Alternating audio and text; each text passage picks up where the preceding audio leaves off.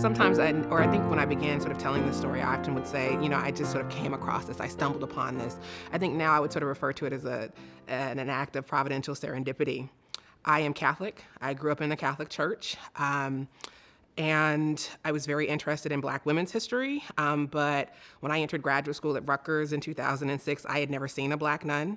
I had never seen a Black nun depicted outside of a Hollywood film, and I was completely unaware of the long and rich history of Black female religious life in the United States and in the wider Atlantic world.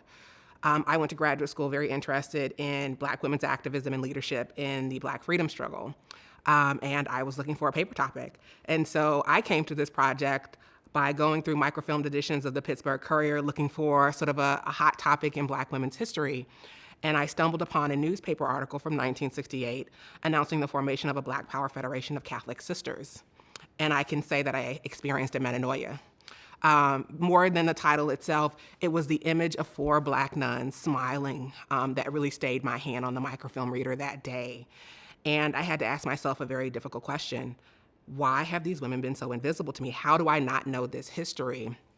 And at that point, I committed myself to learning everything about this organization that was known as the National Black Sisters Conference, which had been founded in the wake of Dr. King's assassination in Memphis. And when I began sort of scouring research databases and the internet looking for any references, I was sort of a little disappointed by how little material there was.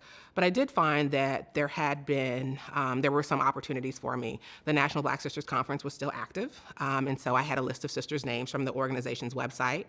I also found that Marquette University had recently archived their papers that had been deposited, and they were open for research. I was in the middle of the semester sort of writing a paper, so I couldn't get to Marquette. But what I could do was start writing and calling mother houses to see if some of these women were still alive and if they would allow me to interview them for my project. And the response was overwhelming. It was an overwhelming yes. One of the first members of the National Black Sisters Conference, or former members, was Dr. Shawn Copeland, who was a distinguished theologian at Boston College, who was the former executive director of the National Black Sisters Conference, and who was arguably most responsible for writing some of the earliest histories of the organizations and attempting to write these historical surveys of Black sisters in the United States.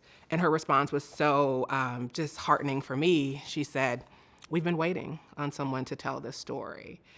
And after doing a couple of interviews with her and 2 other Black sisters who had participated in the Selma March for voting rights in 1965, I went in search of the foundress of the National Black Sisters Conference, who had left religious life.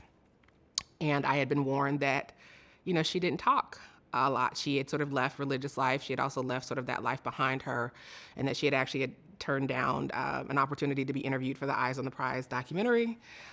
So it took me about 6 months to find her and another 6 months to convince her to let me interview her.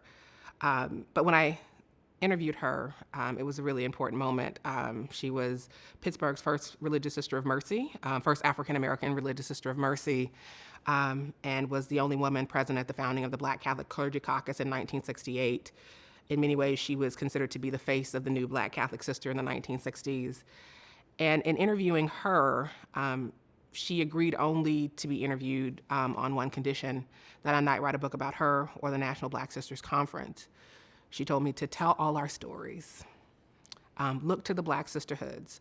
Look to the Black sisters in white communities that we couldn't locate in the 1960s and 1970s. And also look to those sisters who went into religious life after, the 70s, and who also left.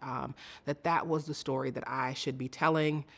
And after making that promise to her, I think I've been at it ever since, sort of attempting to reconstruct the history of Black sisters in the United States and tell their stories with the sources available to me.